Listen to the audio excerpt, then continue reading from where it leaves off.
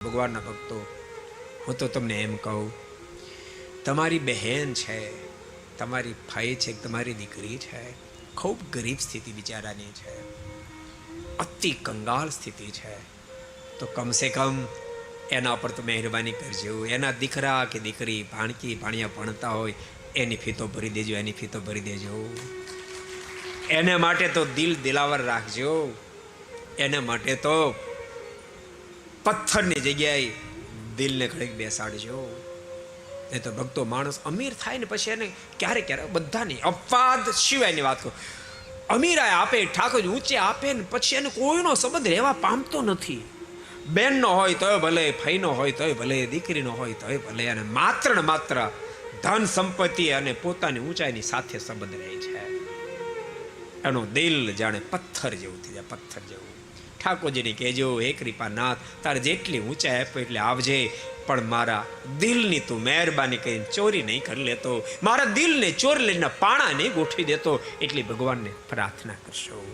કૃપાનાથ, તું જે મને આપ એનાથી હું તને રાજી કરી શકું એવી કૃપા કરશો. એ ભગવાનને પ્રાર્થના કરશો.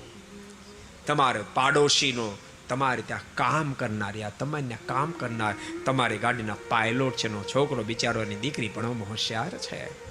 તમારી ફેક્ટરીમાં કામ કોઈ મજૂર કરી રહ્યો છે, એને માંડ 10-15 હજાર આપવો પડે, એનો દીકરો કે દીકરી ભણવામાં હોશિયાર છે. બહુ સાચું કહું છું, એની ફી ભરજો, ભૂલતા નહીં.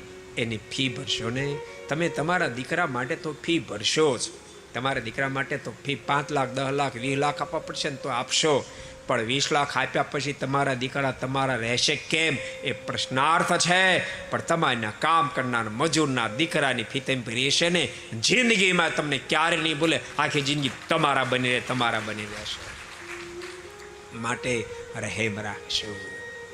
જીવન જીવવા માટે એકલો રૂપિયો જરૂરી નથી, રૂપિયો જેટલો જરૂરી એના કરતા દિલ બહુ જરૂરી, બહુ જરૂરી છે. દિલ સાથે જીવું છે.